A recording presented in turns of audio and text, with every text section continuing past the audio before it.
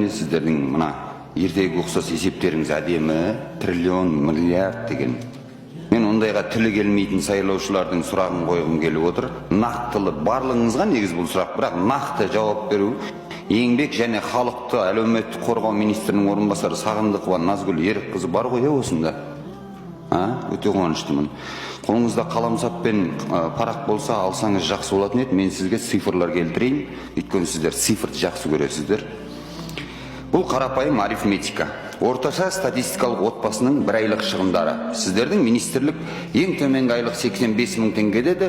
Сосын қызармай бір министрдің орынбасары ол жетеді күн көруге деді. Енді мен сіздерге арифметика көрсетейін. Мысалы, 5 адамнан тұратын отбасы, жанұя. Әкесі театр қызметкері, инженер, алатын айлығы 115 мың теңге. Шешесі кітапханашы, сіздердің жетеді деп отырған 85 мың теңгелеріңізді алады. Бірінші балалары студент, Құдайға шүкір, грант оқиды, бұл біздің мемлекеттің игілігі беріп отырған. Екінші баласы мектепте 6-шы сынып оқушысы, үшінші баласы балабақшада, мемлекеттік балабақшада. Жалпы отбасының табысы айына 200 мың теңге. Енді бір ай көлемінде қажет болатын шығынға азық-түлік, коммуналдық төлемдер, кредит, балабақша және тағы басқаларын нақты келтіріп берейін. Азық-түлікке нан 180 теңгеден бір айға жоқ дегенде 5 адам 60 бөлке нан жеді делік, күніне 2-ақ бөлкеден жегенде 10.800 теңге.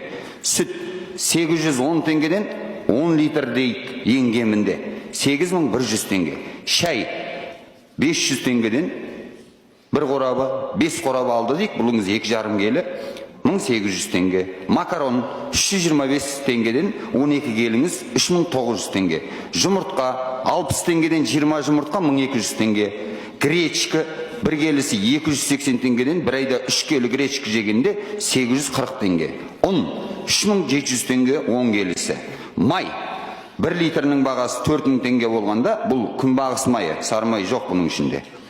8000 теңгеге 2 литр май ішіға тамақ істеді дейік. Картоп 130 теңгеден 10 келі 1300 теңге, пияз 120 теңгеден 5 келі 600 теңге, тұз 60 теңге, тауық еті 1150 теңгеден бір келісі 5 келі ғана жеді дегенде 5750 теңге. Күріш 565 теңгеден 5 келі 2825 теңге. Коммуналдық төлемдері 2 бөлмелі үйдің қазіргі таңда жоқ дегенде 27 мың теңгеге барып тұр. Ұялы байланыс интернет тарифі бұл қажетті нәрсе, өйткені бізде жұмыста да, оқуда да соны талап етеді. 7 мың теңгеден 4 адамға 28 мың теңге. Жол жүру шығындары, оңай пластикалық карталарын алу 7200 теңгеден 3 адамға 21600 теңге. Тазалық құралдары, сабын 300 теңгеден 5 сабын алды дегеннің өзінде 1500 теңге. Тіс жуатын паста 470 теңгеден 2-ақ паста алды деп есептедік, 940 теңге. Кір жуатын ұнтақ 4 келі 3400 теңге, 2 келі пачкіден 2 пачка. Кредит төлемдері, бұл мемлекеттік бағдарламамен алған 2 бөлмелі үйдің кредитіне айына 80.500 теңге төлейді, және оған қосымша баласы сабақ оқу үшін тұтынушылық кредитпен 25 мың теңге айына төлеп отыр, бір компьютер алған. Балабақшаға 16.500 теңге төлеп отыр. Енді келейік, азық-түлік себебі 55.615 теңге, кредиттік төлемдер 80.500, қосу 25.000, 105.500, жол жүру шығындар 21.600, коммуналдық төлемдерге электрлы 27.000, ұялы байланыс интернет тарифі 28.000, балабақша 16.500. Жалпы шығын сомасы қанша шықты? 254.215 теңге. 54.215 теңгені қайдан алады? Бірінші сұрағым, енді қараңыз, бұларды біз есепке алмаған шығындарымыз.